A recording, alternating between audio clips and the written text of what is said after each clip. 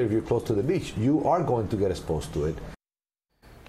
Now to a CBS 4 health alert after red tide is detected at several South Florida beaches. More test results are expected today as the health concerns grow. Well, right now, there are no widespread health issues to report, but the red tide is impacting beaches.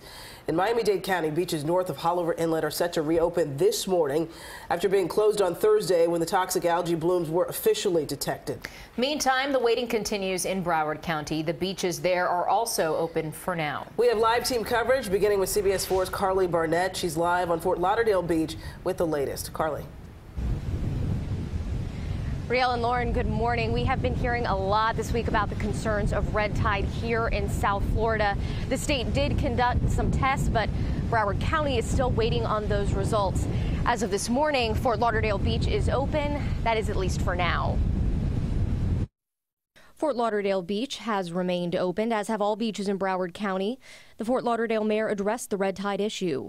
We are seeing conditions that lead us and the Fish and Wildlife Commission to believe that the red tide algae is present off the waters of Fort Lauderdale Beach. Broward County municipalities along the coast aware of the obvious impact of red tide, people coughing, sneezing, sore throats, but Broward officials hanging their hats on water tests performed by the state of Florida. Those results are now promised for today. Until then, the beaches remain open. Further south, Miami-Dade County, a Miami-Dade cop on an ATV wearing a gas mask was enforcing the closure of Haulover Park on Thursday.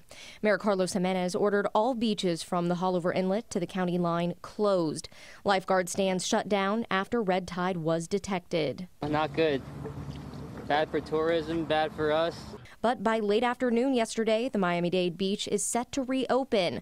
Why? This is from Mayor Carlos Jimenez after speaking with state officials. Please bear in mind that the Florida Department of Health advises people with severe or chronic respiratory conditions, such as asthma, to avoid red tide areas. Swimming is safe for most people.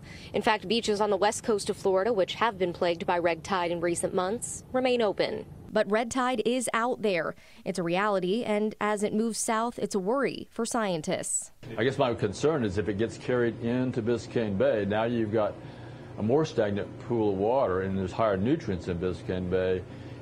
If this species ends up liking the conditions in Biscayne Bay, you could end up with a more substantial bloom.